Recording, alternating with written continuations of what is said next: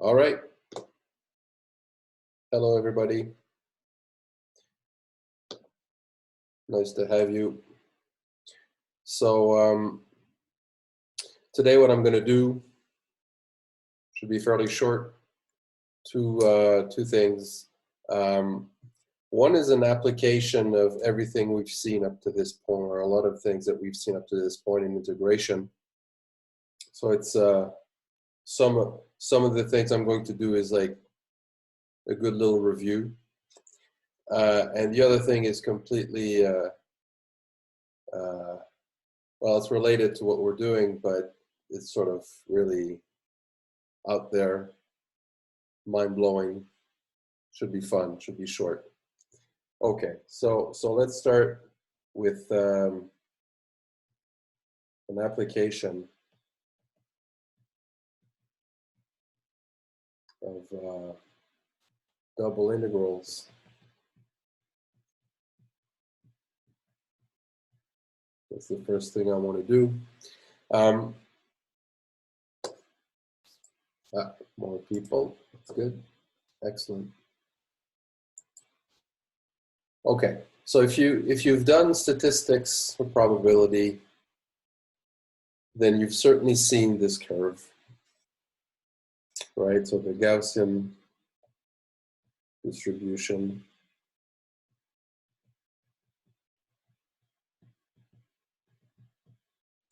Which is really fundamental in statistics, and it's something that comes up naturally in the real world. If you have a very, very large number of independent random factors, then the distribution will tend to look like this curve. So you've probably seen this picture. So looks something like that, right? Oops.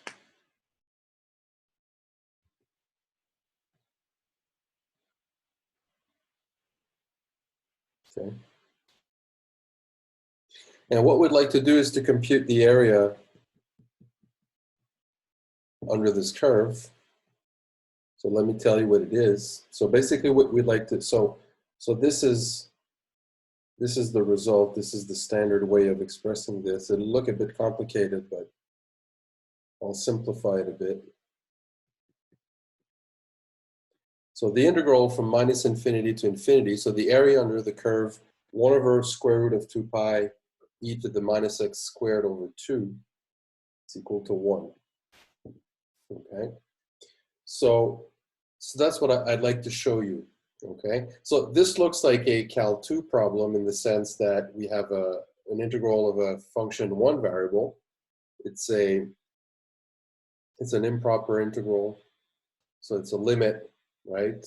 You remember these, that you take the limit integral, let's say minus t to t. I'm sort of cheating here, but in this case it's fine. So limit as t goes to infinity, integral minus t to t of this function.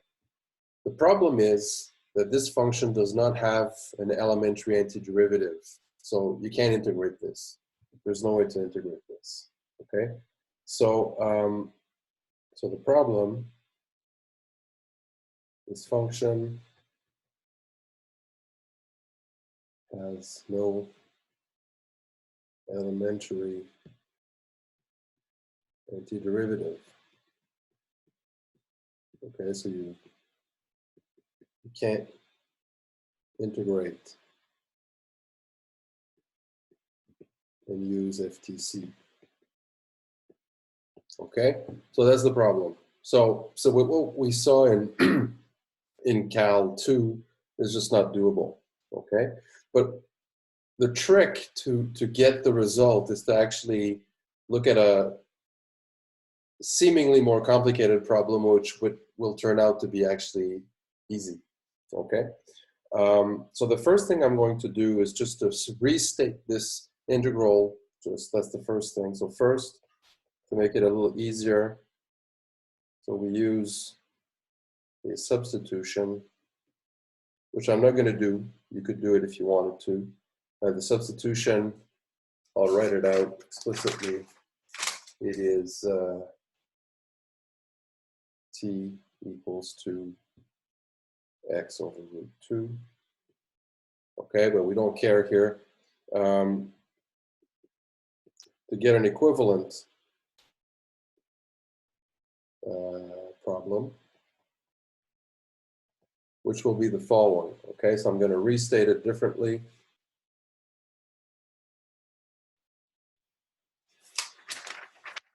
Here's what we're going to show. So we're going to show that the integral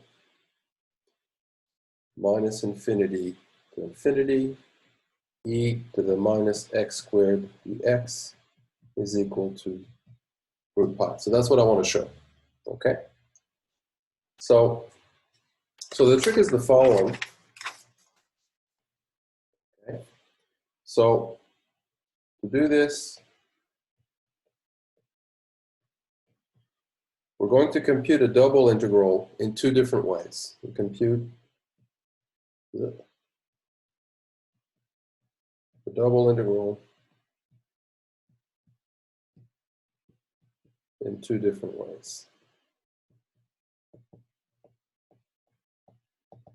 Okay, so what I'm going to compute, so I'm going to write it down, and I haven't defined this already. I'm just going to go quickly on how we define it. It's very natural. You'll see what I mean. So I'm going to compute the double integral of e to the minus x squared plus y squared dA over the whole real plane. So again, we haven't talked about this. We've only integrated over bounded regions, right? This is an unbounded region, so I'll have to define what this means, but this is very natural. Okay, so means what? Okay, so you might guess that it's basically just like we did in Cal 2. So in Cal 2, if you want to integrate over the whole real line, what you do is you look at finite intervals and you take a limit. So to integrate over the whole real plane, it'll be the same trick. We're going to look at bounded regions and make them bigger and bigger and bigger. Okay. Just to try, I'll just try to draw this thing. What does it look like? Looks like a hat. So what it is, this function e to the negative x squared plus y squared. So take the function, the bell curve, and spin it around the z-axis, right? So that's the idea. So you take this curve like that, and this, and you spin it, or like a cymbal, right, on a drum. So that's what it'll look like.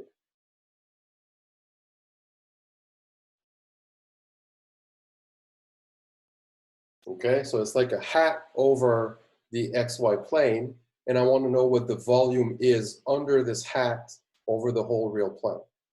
Okay.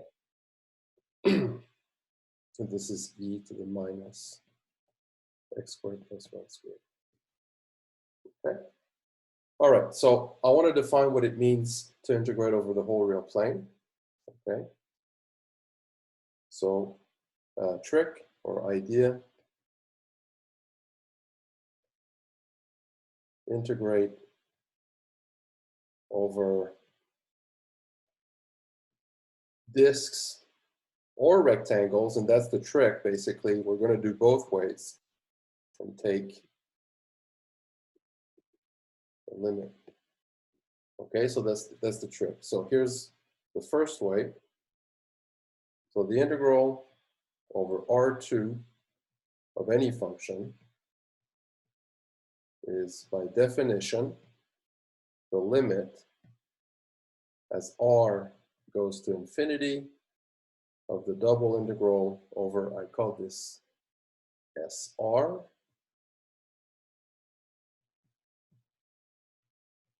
where SR is the disk of radius big R at the origin.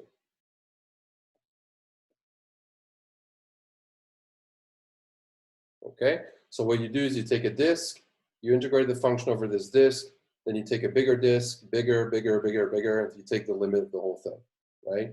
So I hope that makes a lot of sense. Or equivalently, it's the same. And you can show that you get the same thing, and intuitively it should make sense. You take the limit as r goes to infinity, double integral of f. And rather than taking disks, we take squares, right? So let's call this TR, where TR will be minus RR times minus RR. Like that.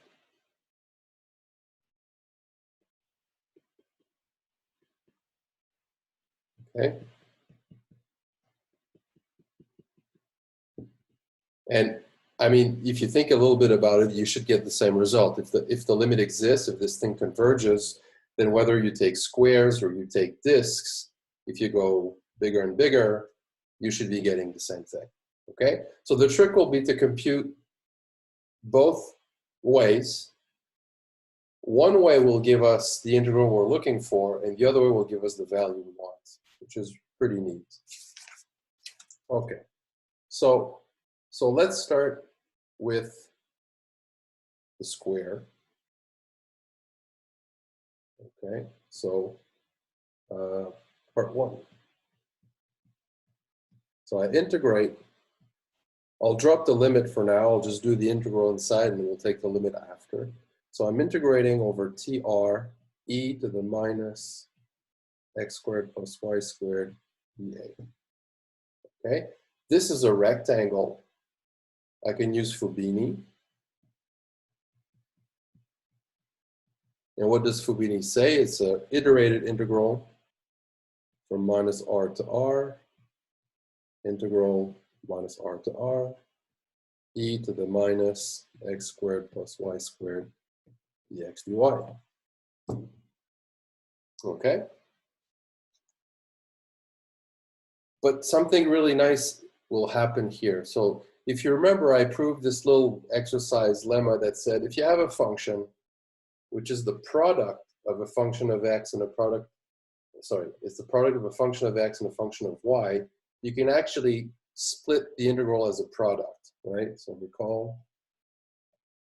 the lemma. If f of x, y is equal to g of x, h of y,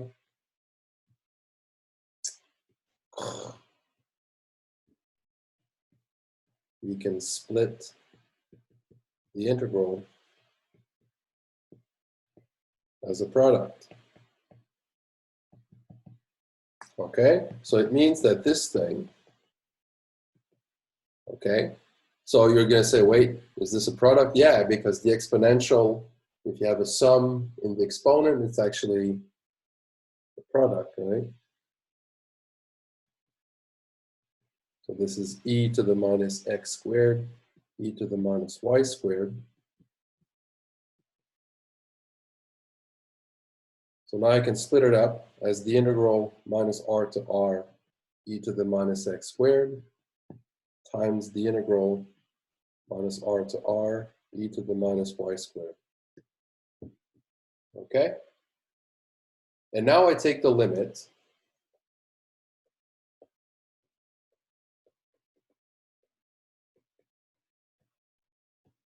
What do you get? You'll get integral minus infinity to infinity e to the minus x squared, integral minus infinity to infinity e to the minus y squared dy. And what is that? I mean, the name of the variable is irrelevant, right? This is the area under the curve, exactly the thing we want. Both of these are exactly the same, right? Whether I call the variable x or y makes no difference. So what is this? This is the integral minus infinity to infinity e to the minus x squared dx squared, right? So name of variable is not relevant, of course, Okay, hopefully you see this. This is, each of these two integrals is just the area under the curve e to the minus x squared, from minus infinity to infinity, right? That's exactly what this is. Okay? So the first way to compute the area under the sombrero gives us the square of what we want to compute. Okay? So I've used,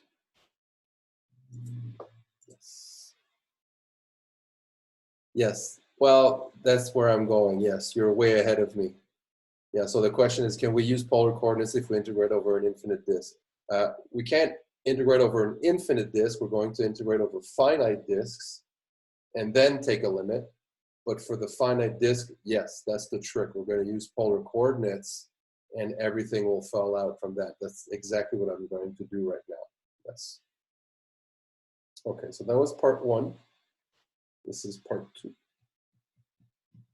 Using disks. Okay, so now I'm going to compute the double integral over the disk of radius r, e to the minus x squared plus y squared dA. Okay. So it's a disk. I am going to use polar. So switch to polar coordinates. Okay, so what is the disk? This is theta between 0 and 2 pi, whole disk, once, and the radius is between 0 and big R. It's a fixed radius, R is a constant, okay? So I switch to polar coordinates. So what is this? This will be the integral 0 to 2 pi, integral 0 to big R. Then I switch x to r cos theta and y to r cos theta. Now if you add those squared, then you get r squared, right? Remember this. And remember, when you're switching to polar coordinates, there is always that factor r that appears, right? The Jacobian.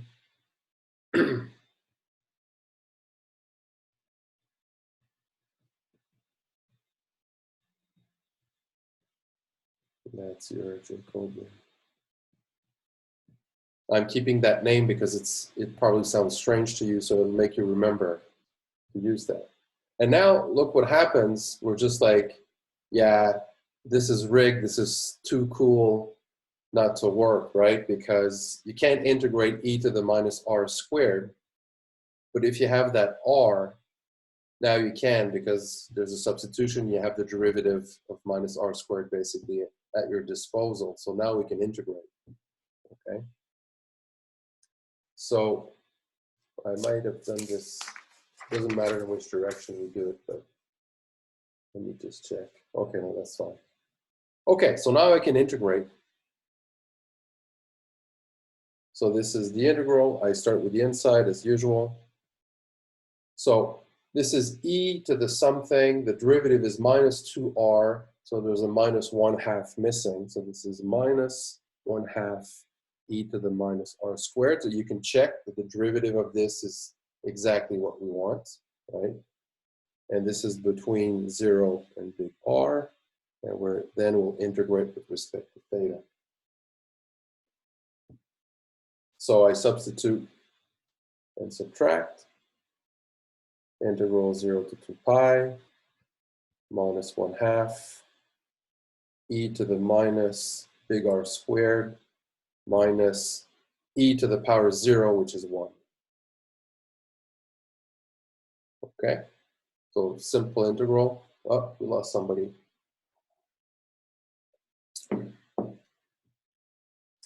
Okay, now I'm integrating with respect to theta. Look at that function. What is it in terms of theta? It's a constant. So that's super easy to integrate, right? So the inside part, constant with respect to theta.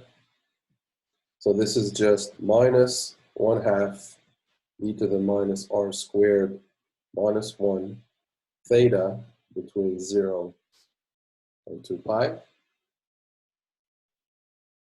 So this is minus 2 pi over 2 e to the minus r squared minus 1. Okay?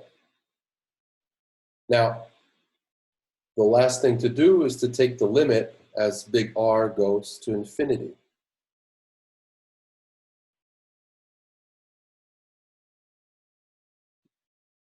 Okay? Let me write that. So,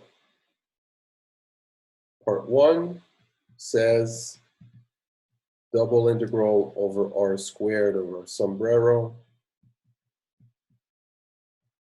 is equal to the integral minus infinity to infinity e to the minus x squared dx squared.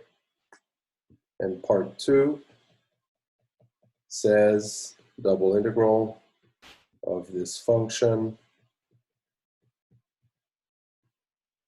This is the limit.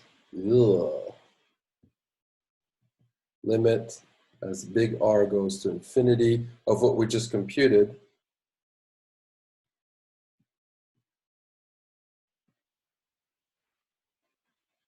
Of this.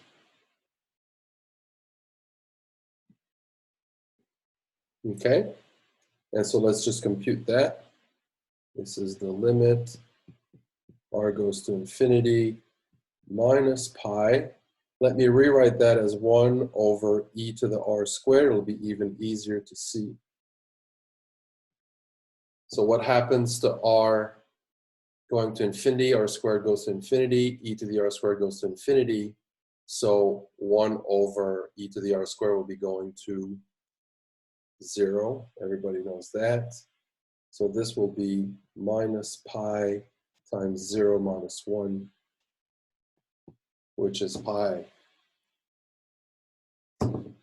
Right? So we do it with rectangles. One way, we get the square of the integral we wanted to compute. We do it with disks, and we get the actual value pi. So the integral minus infinity to infinity e to the minus x squared equals to pi. So the integral minus infinity to infinity e to the minus x squared is equal to pi. Square root of pi. Notice, by the way, that if you just look at that last thing, you have a function which is an exponential, right? There's no trig in there, right? It's just an exponential minus x squared. It's a polynomial in the exponent. And you take its area over the whole real line, and you get this pi that appears just like super not obvious, right? When you go to two variables, you sort of see a little bit why this actually works. So it's not just a trick, you actually see a little bit the connection between the exponential there and the trig functions. We didn't have time to do complex numbers. I could have shown you another connection between the exponential and the trig functions, which are intimately related, in fact, which you cannot see on the real line, but if you go to the complex plane, then it's like super obvious that they are intimately related, but that's another story. Okay, so I wanted to show you this little application because it sort of uses a little bit what we've done. Any questions or comments?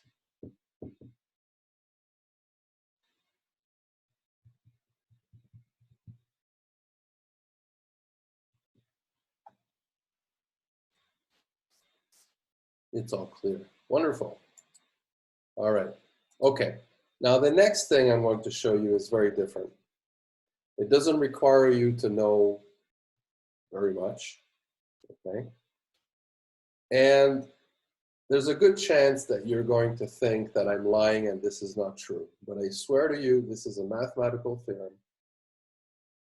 And it's one of my favorite results. Okay. So here's the question that was asked in the late 19th century. So question. The question is this: is there a way to define properly a notion of volume for every subset of free space? Okay, so the question is there a notion of volume? And I'll explain what I mean in just a sec. Is there a notion of volume that applies to all possible subsets of free space? Okay, so what do I mean by that? And I'm not sure if it was with you guys, but I think so. At the very beginning of the semester, I might have played with this at some point, a notion of area. But so what do we mean by notion of volume? So in other words, so is there, I've got some notes here. Okay.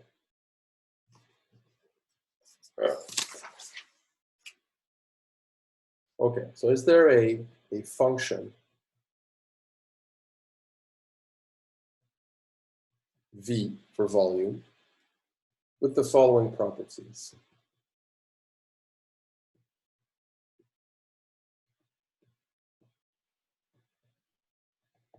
Okay, so it should be defined for every possible subset of R3, okay? So it should certainly satisfy this, right? It's a volume, don't want negatives.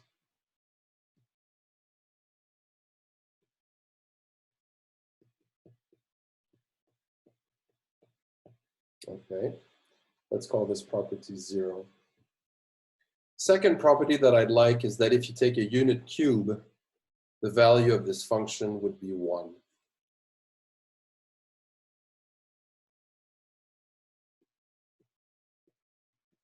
Right? So certainly if we have a notion of volume, that would do it. In fact, as long as you get a positive value, you can always scale it to get a 1. It doesn't matter, but let's just keep it like that. And the other two properties that we'd like are the following, which would make sense for the volume, right? So V of x should be the same as V of y. If x and y are congruent, what does it mean to be congruent? It means that you've obtained x from y by rigid motion. Basically, you take x and you move it in R3 without deforming it, and the volume should not change, right? X obtained from y by rigid motion. Right? Makes sense, that's reasonable. If volume doesn't do that, then it's not the intuitive idea of volume that we want. And the third property is also very natural. It says that if you take a set and you cut it up into, let's say, k pieces, then the volume of the whole set should be the sum of the volumes of the pieces, right? So if x is the union, this is a disjoint union. In other words, let's say a partition of x, then the volume of x should be the sum of the volumes of the other pieces. Right? That's a reasonable assumption. Right? So I'll do a picture in the plane, but just to illustrate, so this is x, x1, x2, x3, right? Something like that. Okay, so that's what we want. I want something that associates to every subset of free space a number which is greater or equal to 0. The unit cube will get the value 1. if I take an object and I move it rigidly in space, the volume should not change. And if I cut up something into a finite number of pieces, then the volume should be the sum of the volumes of the pieces. Okay? So that's the question. Answer, there is no such thing. Okay? So that's the answer to this. And I'm not going to stop here because that's not very interesting.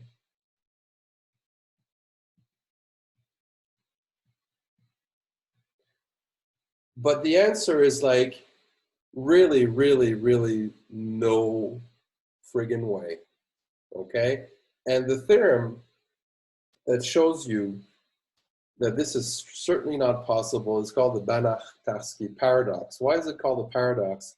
Because when I'm going to tell you what it says, you're going to go, no way, this is not possible. But it is true, okay? So reason is the following theorem. So it is absolutely true. And it's known as the Banach-Tarski Paradox. It was proved in 1924. And by the way, Tarski was the thesis supervisor of a colleague of mine. I was about to say friend, but no, he's sort of my dad's age, not quite a friend. And this is like totally nuts. So here's what it says, okay? And I'll explain what it says. So let's take two subsets of of R3.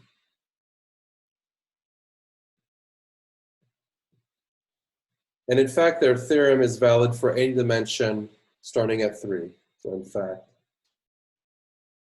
it's true for any n greater or equal to 3, okay?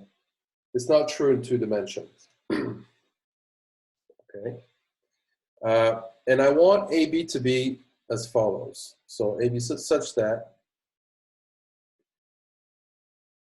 A and B are bounded and have non-empty interior. Let me just explain what this means. It's easy. So let's put a little star here.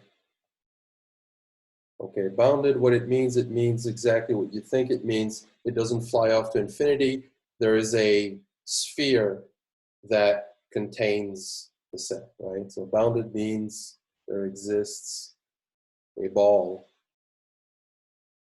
that contains the set or a box. Okay, so you can draw a sphere around it that contains it completely. Okay, and what does non-empty interior mean?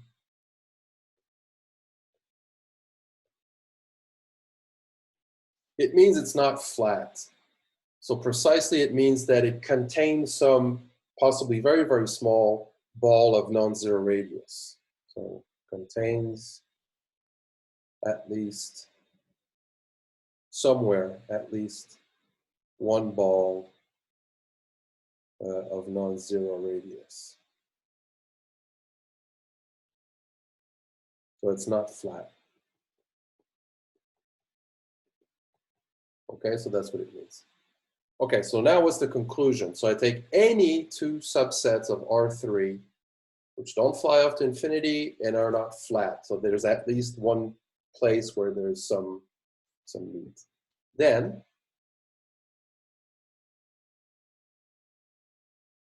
there exists partitions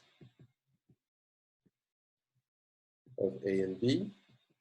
So you can split up A into K pieces.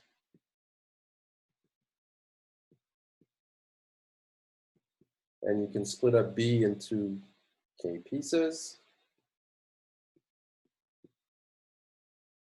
such that AI is congruent to BI for all I equals 1 to K. This is the precise Banach-Tarski theorem, okay? So if you, maybe at this point you go, I'm not sure what this says. Well, let me tell you what it says. What does it mean that two sets are congruent? It means that you can move one rigidly to get the other, okay? So it means A1 and B1 is the same thing, is just moved. A2 and B2, same thing, moved, and so on. Okay, so think about this.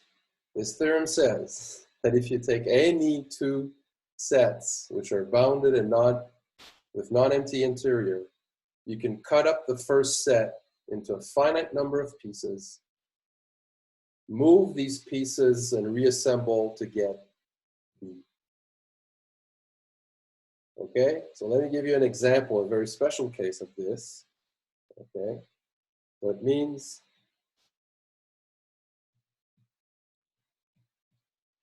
any set as above. Okay, so I'll stop repeating bounded with, can be cut up into pieces and reassembled to get the other.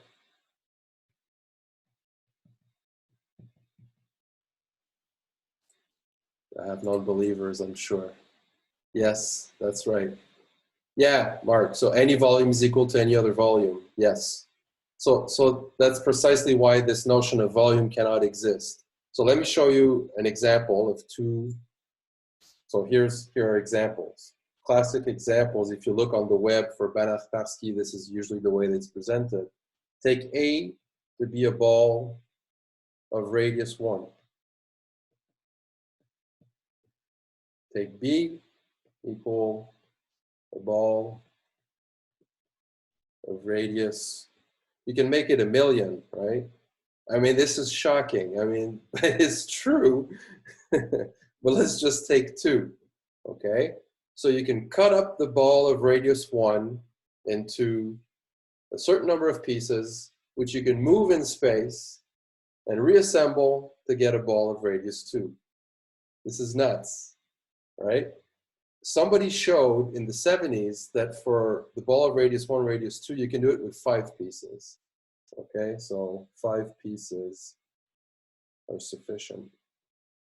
But you can't do it with 4. Yes, some people spend their time thinking about these things. Yeah. Or you can double a ball. So you can take A to be a ball of radius 1 and B 2 balls of radius 1. So you can take a ball of radius 1, cut it up into, let's say, 17 pieces, or let's say 18, and reassemble 2 balls of radius 1 with these pieces. Okay? Now, what I said about the volume, I mean, you have to understand here. So there's a sort of a catch here. So nobody's believing me right now. If you've never seen this before, you're looking at this to say, that's junk. It's just not possible, right? But so it's true that we've talked about volume of spheres and things like that. And obviously a ball of radius 1 does not have the same volume as a ball of radius 2. The original question is there a notion of volume that works for all possible subsets? So the problem here is the sets that we cut up these things into, these guys don't have a reasonable notion of volume. That's the problem. The balls have a notion of volume. That's not the issue. The issue is that you try to define volume for every possible set, then you can have these extremely weird sets that you can cut up these balls into, and that'll make everything mess up. Okay, so what gives?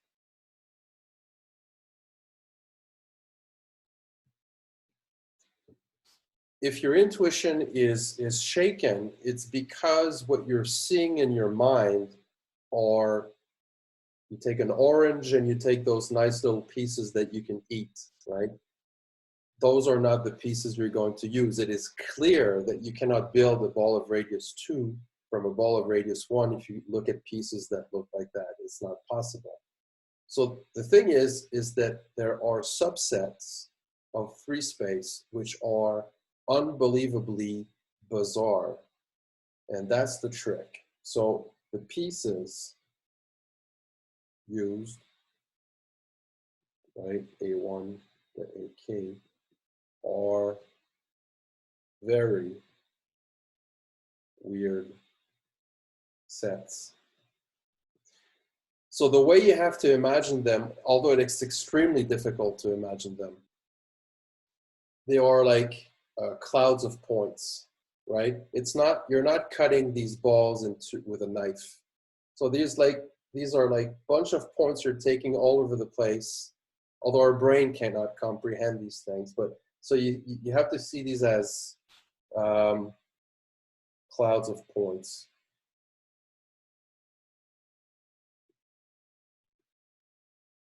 That's the best image that I can give you.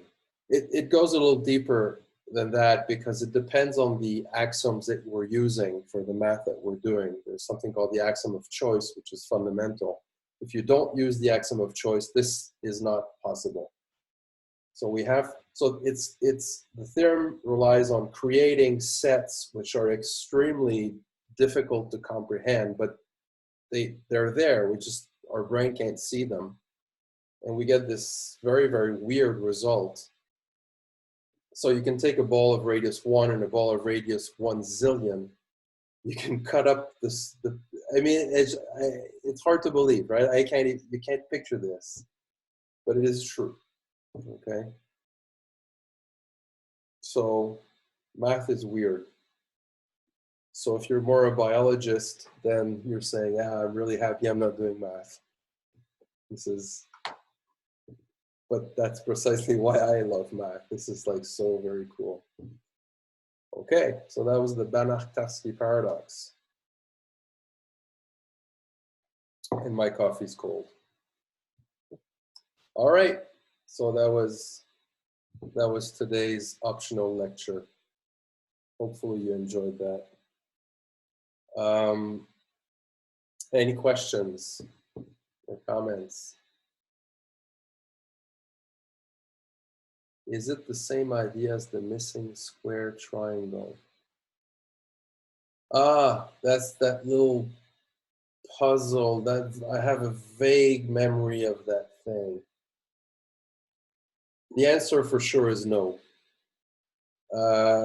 You'd have to remind me what that is. I think if I remember correctly, this is like this. Yeah. I remember. So you take a square or something like that, and you cut it up into pieces, and you reassemble. But there's a catch, and there is something wrong in that. I mean, wrong. Yes, there's something not mathematically valid. Is that what I'm? Yeah, exactly. Yeah, it's this one. Yeah. So no. So this what I'm talking about is an actual mathematical theorem. There's no dividing by zero or anything. It's just really out there. It's just really very bizarre. No, what you're talking about is sort of a little trick. There's like like these proofs that 0 equals to 1. You see them sometimes, and there's like elementary algebra, and you finally get 0 equals to 1. But there's a mistake somewhere. There's something that wasn't allowed that was done. This one I think is like that if I remember correctly. But that's like a long time. I don't remember the details, but yeah. No, there's no way to visualize these sets. This is not possible. Just not possible. Sir? Yeah. May I ask a question from 15.4? Yeah, sure. Let's move on to let's do that. Yep. But I think, may I share my screen because I don't know how to say the question. Okay, let's do that. Let me just make sure that you can.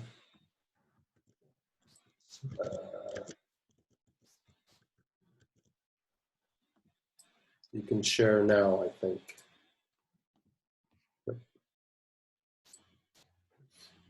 It's saying you cannot start screen share while other participants. Wait, okay, I'll stop this. What the hell?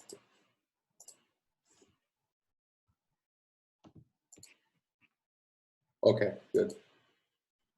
It's question 17 and 18. I don't know, but I didn't know how to do them.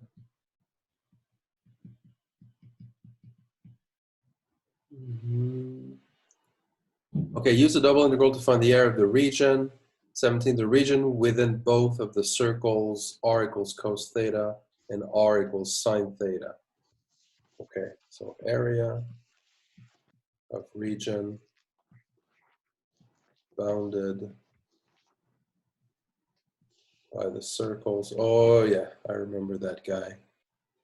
R equals cos theta, r equals sine theta. Okay, so step one, if you want the area of a region, is the double integral of the constant function 1 over that region, right? Right. Like I took the boundaries of the radius is from sine of theta to cosine of theta, but it's not giving the right answer. Yeah, so you have to actually take a look at what these are. So r equals cos theta, we'd have to sketch that.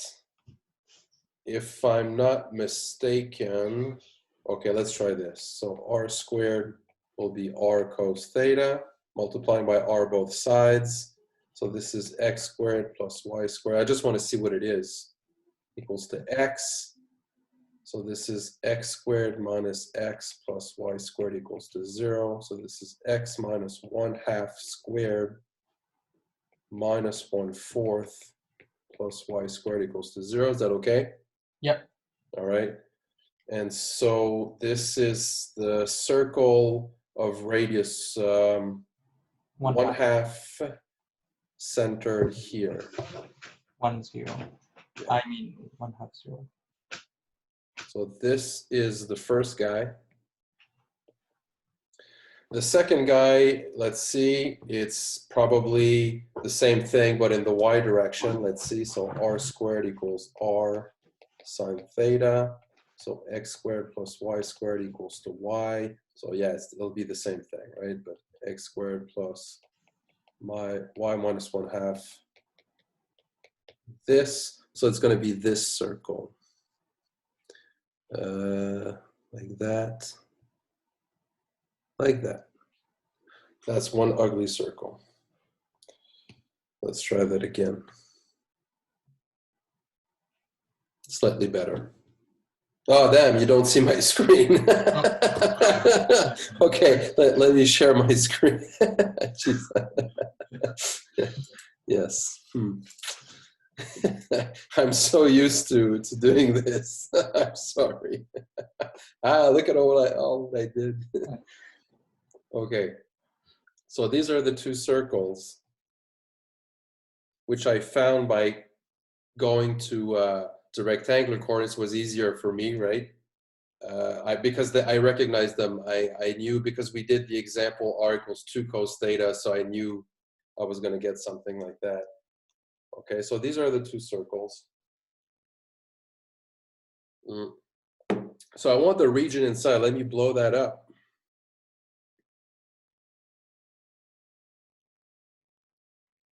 So I want the region which is in between, right? Obviously, I want to describe this in polar coordinates. So how do I do that? So the trick is always look at a variation of the angle, and for each angle, look at the possible values of r for that particular angle. So you take a certain angle and you look at the values for r. So there are two pieces here, right? If you cut it up into, it'll be, I mean, we should check, but I suspect by symmetry that this should happen at pi over 4. Yes? Are you still there? Yeah, so there's no other way other than like splitting it in two pieces. I don't see how Okay. yeah. Okay, I can see the solution now. Okay, good. So just for if anybody else is listening, so I would go theta from 0. I mean, if you were to tell me, look, by symmetry, the area will be twice cutting it in two, right? At pi over 4, I'd be okay with that, right? I wouldn't slap you on the hand for being informal. So I would go this, R goes from 0 to, let's just look Sine. at the, to the sine. Let's say, so this would give us the bottom part and just multiply result by 2, right? And don't forget your R inside the when you switch to polar, right? You'll get an R inside the. Right, perfect. Good. Thank you. Other questions? Oh, by the way, let me. I have 10 people who answered me on my question about the test, and all 10 said, "Let's do it this Wednesday." So for the time being, the test will stay Wednesday, I think. That's almost half the class, and it's unanimous. So I'm not going to move the test to later, probably.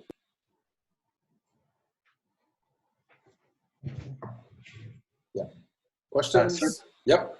may I ask the other one? Like I had the other one also number 18. Did I assign the even ones too? Some of them can be really tough. I don't know. I thought that they are the same level. Often the even problems can be a little trickier, but show me. Let's see. Let's take a look. Okay, I'm gonna share. Yeah.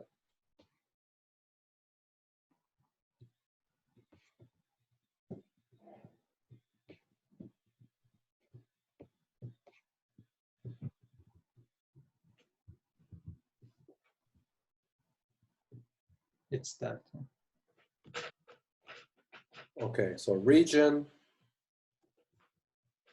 inside the cardioid, R equals 1 plus cos theta. And outside, oh boy. Well, no, I mean, it should be okay. We'll see. R equals 3 cos theta. Okay, so here you have really no choice. You really have to Draw it.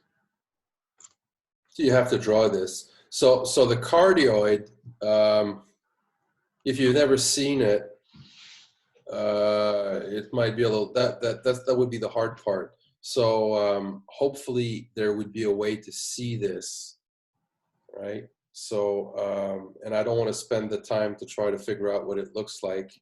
So we'd have to figure out to find a picture. It must be somewhere earlier in the book. I found it on the internet. How does it look like? I don't know if you can see. It's like this. I don't know if you can see my screen. Yeah. Okay, good.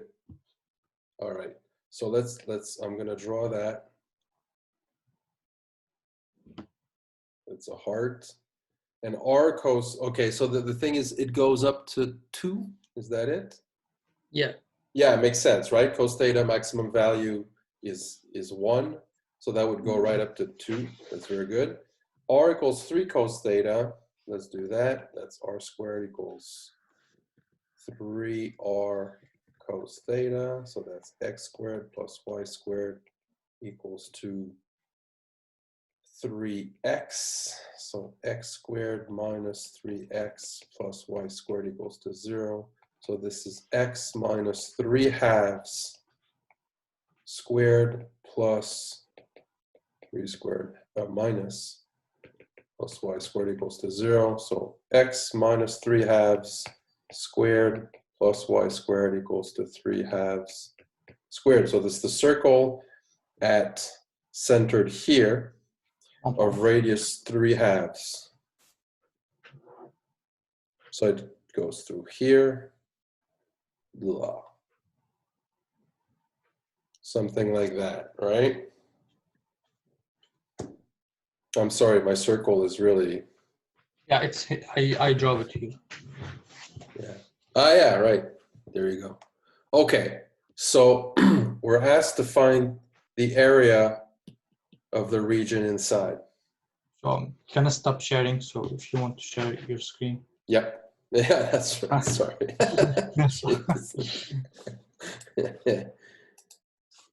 Grandpa's having a little difficulty with technology. Can you see it? All right. That's a beautiful picture. Nice. Yeah. Like that alien things. Anyway. Okay, so now I'd like to describe this. Boy. So I have to figure out when these meet. Okay, it's perfectly symmetric, so you can just take half, let's say the top half, right? Then I do the same as we did earlier. So find the angle where these guys meet. And then below that angle, it'll be up to the circle. Or is it? So I think that it's the other region. It's Oh, outside. yes, it's this one. Yes, It's right. I said outside the circle and inside Yeah. the cardioid. Yes. Let's erase this. Okay. Oh, then that should be a little easier and less trivial. Okay, so I want the area here. Okay, so you fix an angle like that. What are the possible values of R that are going from the Point of interest. cardioid to the circle, right?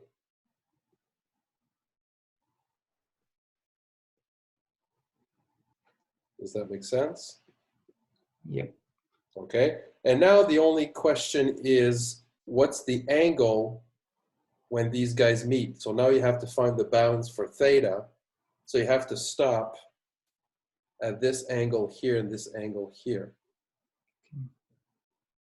All right, so All right.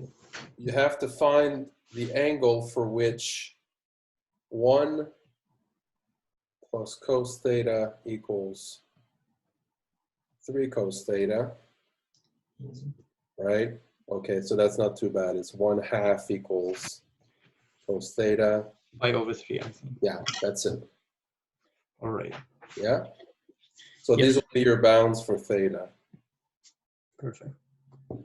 Okay, easy. I got it. Good. Yep. And that's it for me. I don't know if others have a question. Who else is there? I know Tanya had a few questions. Yeah. Could you show us how to do exercise 2 of WebWork 23? Well, the strict answer would be no, but let's because it's an assignment. But okay, Thanks. we can talk about this. Okay, so can you? I think I have it here. No, I don't. I have it in PDF. Wait. Can you just? Do you have the question close by? I can look it up, but I don't know how to share my screen. No, you don't need to share it. Okay, let me just. Okay, let me. Because there are graphs on it, so I can't just repeat it to you. Okay, wait.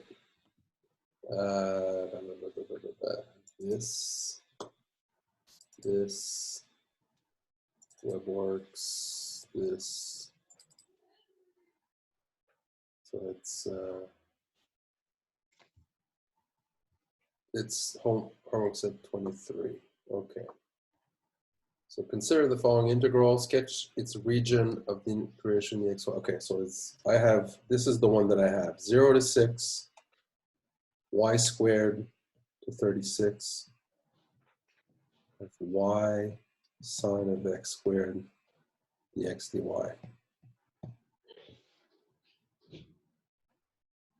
And then we have to switch. Okay, that's a good problem. Okay, so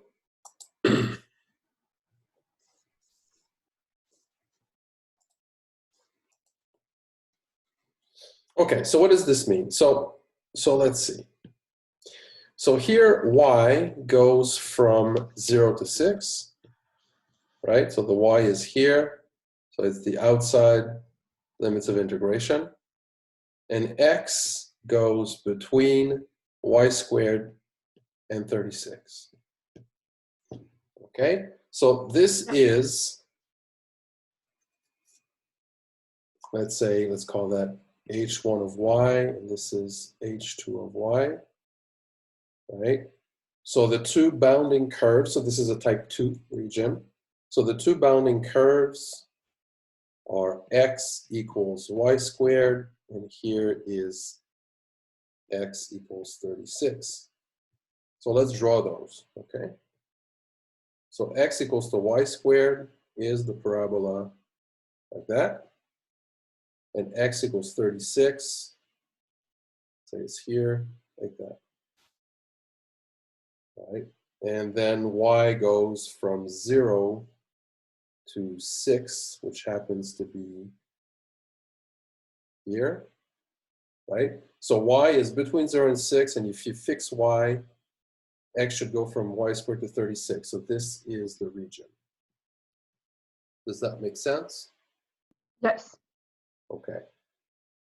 So now we're asked to switch the order of integration. So this is type 2. Okay, and then I want to rewrite it as type 1.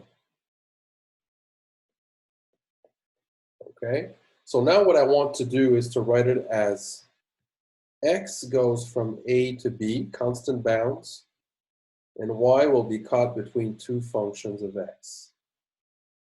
Like that. This is what I want. Okay, so now let's just erase those horizontal lines. Now I want to think in terms of vertical lines. That's what I want to think about. Okay. Oh, sorry, I'm a bit confused. What's the difference between type 1 and type 2? Is the orientation. It's Okay. so type 1 is x. The x values are bounded by constants, and the y values are bounded. So type 1 looks like that. Oops. And this is type 1, and type 2 is just in the other direction. Like that. All right, thank you. Okay. All right. So now I'm looking at this region. I want to express it as type 1. So I look at the x values. Clearly, it goes from 0 to 36, right? So everything is between those two values of x. And if I fix x, this is how I think about it, I have to figure out the possible values for y, right? Well, the least value is always 0. That's easy. And the top part is this curve. So what's the value of y for that particular x? So we know this curve is x equals to y squared.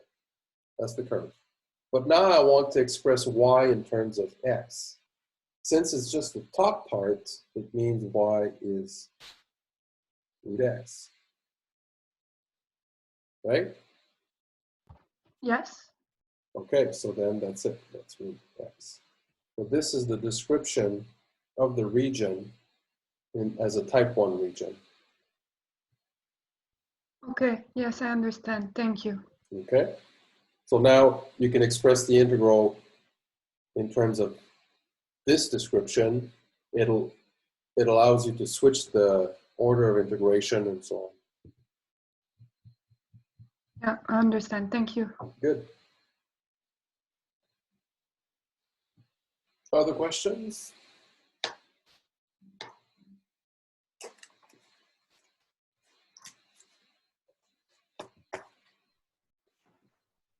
So this is our last class. I guess so, yes. All right. So have a great day, sirs, and like you're a great teacher.